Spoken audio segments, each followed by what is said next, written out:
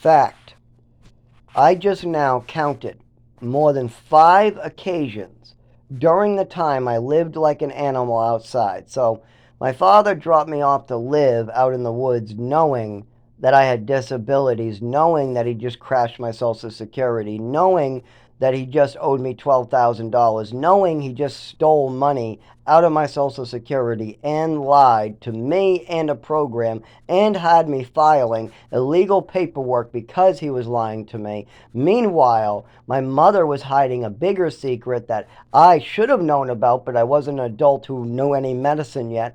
I didn't know what a nervous system was. I wasn't able to put it together. And at the time, I had a bunch of other shit going on, like my mother dying, my father acting crazy, trying to figure out if it's okay for me to drive or not. I can't keep my movement still. My leg is twitching out of control. My arms are moving out of control. My hands are moving out of control. But my father told me it's okay to drive like that. He tells me, no, no, no, we don't. Oh no, we don't want to go in the car with you. No, no, we're not going to teach you how to drive. No, no, no. You have a learner's permit, but for 2 years, we don't want to touch that wheel with you. We're not going to get in the car with you. No. But it's okay for you to drive. I mean, we're scared that one of your twitchers are going to slam us off the road. You're having your leg bounce up and down, your legs are twitching, your hands are twitching, you're bumping in the furniture. Your mother's calling it mental illnesses, though. Keep it in mind that when I had scabs on my shins all over from bumping in the furniture, when I jumped in a pool and then my foot twitched and caught the back of the fence and sliced open, when I was sucking my skin because my whole body changed and teachers were noticing this change, including one time where I actually did take glass and I tried it. So one of them is mine, but that was after 3 of my mother's lies. My mother called all those things self-harming.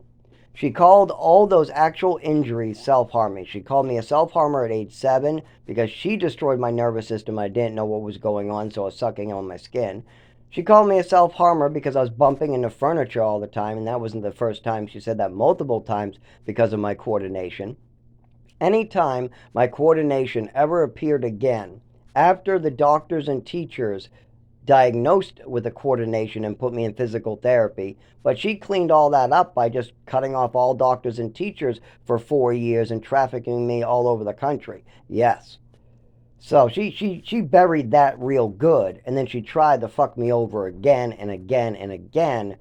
Every time I had physical illnesses, she would just make up a mental illness to cover it up.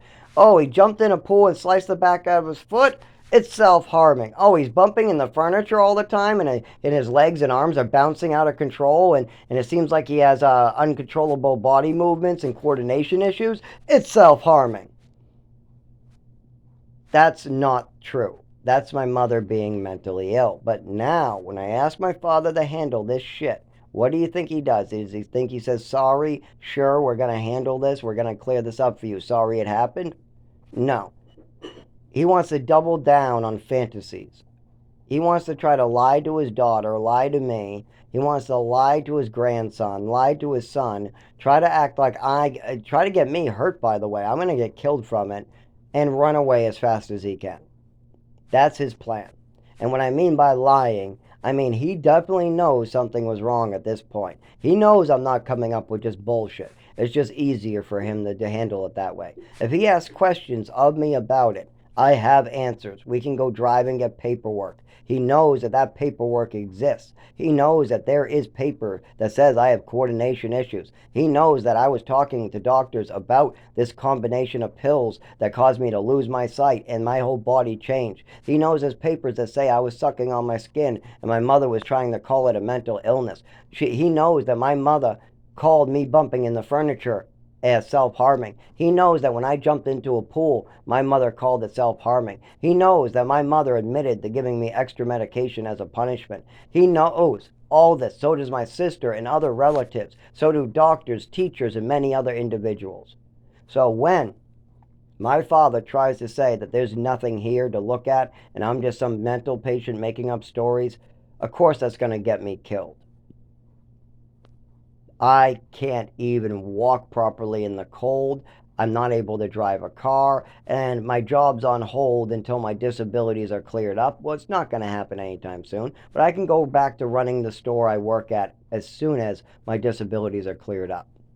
But it doesn't look like that's going to happen, so I don't get to go back there. Plus, I don't like this cold state. I keep on having seizures, multiple injuries, head injuries, falls, every single, 9 months a year here.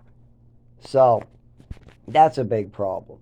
Most of all, whenever people call my father, all of a sudden things change for me, for the worst. They stop talking to me. They stop handling my case. I mean, my father has a bunch of attorneys, a bunch of money, and a bunch of lies. He also created a bunch of fraudulent medical records. He created a Social Security case based upon his wife's fantasies, as well as he went along with so many mental illnesses, as well as some of them are true, while some of them aren't. Like, for instance, I do have ADHD. I do talk. And now my voice wasn't always this funny sounding. But that also throws people off. But that's due to the neurological disorder. I can't control or have any choice over that. Now my voice would be normal if it wasn't for my mother and father, for sure. If it wasn't for the brain damage and the overdose at age 7, I know for a fact that things would be different. Because they were different before the overdose. That's simple. You don't get a sudden change in your body and not realize it. Of course you do. And I didn't realize this, but the teachers realized it too, because they were calling me in the hallway and asking me if there was any changes at home. I didn't know what they meant by this question at age 7. But now as an adult, I realized, oh, they were asking about my writing, my movements. They were talking in the hallway about there was a change. Oh, yeah.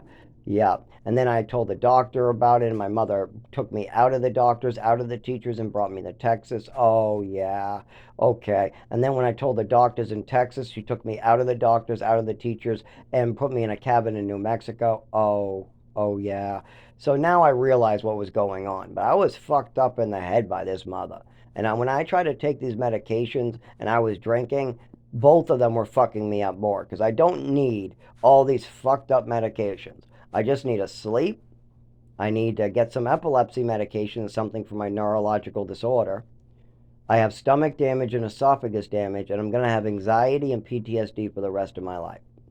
I also need to clear this up so when I go to a shelter or when I have a seizure, the doctors know what's going on with me, because they have no idea. They just know I'm sober. They're like, why is this kid sober? We don't know why he's having a seizure if he's been sober for 8 years. What's going on? He can't even move his body. He can't talk. Something's wrong with this kid. Are you sure it's not drugs? It's not? Well, what does his file say? Oh, his mother and father called him crazy? Well, that must be what it is. It must be crazy. And then I'm better, like months later, and I come in like, what the fuck did you guys do? Why didn't you do any testing? Why didn't you do any testing? Well, because your mother and father called you crazy, so we assumed you were just crazy. Well, am I talking good now? Well, yes. Now that it's summer and I'm warm, do I seem to be a little better in my movements? Well, yes. Well, it's called the neurological disorder, guys, and I had a head injury with a seizure, and I have problems talking and walking after those seizures and head injuries. But if you guys treated me, and if you guys kept me in the hospital, you would know that. But instead, you guys just released me as soon as I relieved after a seizure to bleed out in your waiting room, to the point where nurses are filing complaints. Do you know how fucked it up it is when there's 4 nurses and they're watching you bleed and cry because you can't stand up and you can't move and you're just covered in blood? But then when they ask you, well, you're waiting to go in the emergency room, right? And I tell them I just got out. They say that's wrong, and they all start panicking and calling and reporting that. That's fucked up shit. But why would they be doing this in the first place? Are these doctors this shitty? No, they're misinformed. A doctor is only as good as the information you give them. See, I'm giving the doctors good information, but the doctors are disregarding that and listening to a crazy dead mother's fantasies. And my father's doubling down on those fantasies, so they're going, well, that must be what it is. And then I get hurt, then I get more hurt, then I get more hurt, because they're treating me for an illness I don't have, instead of treating me for what the patient is coming in for that isn't on the medical record. See, I'm trying to get this on the medical record, but as long as they're treating me for my father's and mother's stuff, getting me hurt and malpracticing me, we just keep on going in circles. But again, it's my father's fault, All he has to do is stop lying, jump on my side, and then I get medical care. We get the records from Westford. We put this all together, and things get better for me. It's very easy. Every time doctors listen to me and start treating me for the actual illnesses, like the Triliptal, I get better. Every time they listen to my mother and father, I get very, very bad, very ill, start puking, can't move my body, can't work, can't make any money. I am destined to live in the woods at $0 for the rest of my life. So if they listen to my father and mother, I have to live with like a chipmunk making $0 for the rest of my life in the woods.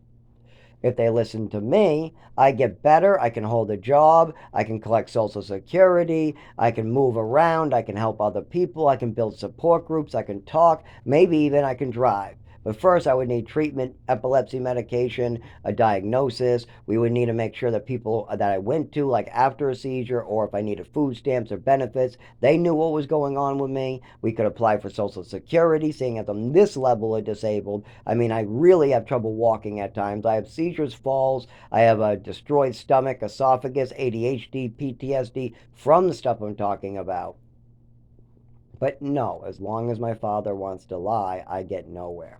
And now I'm being pushed off the grid again because I am having kidney problems, GI problems. I have the neurological disorder, head injuries, and I can't go back to work until some of this stuff is handled. But we're at a standstill once again, thanks to my father. They called him, and then everything came to a standstill. Things were going good. Things were going good. Things were going good. The doctors contacted my emergency contact, even though I told them not to, and then things crashed and fell apart. Things are going good with the Department of Health and Human Services. Things are going good with the department. I'm getting my insurance. I got food stamps. My food stamps are stopped because I'm going to work just part time. And then my father fucks everything up. They call my father. They ask for his number. I warn them not to take any information from them. They do it anyways. And now I'm screwed. Happens every single time I give out my father's number or anybody talks to my father or mother. Now I can't get any help, any services, and I'm not even allowed to work, use a shelter, or collect Social Security. Thank you, Dad, for killing me.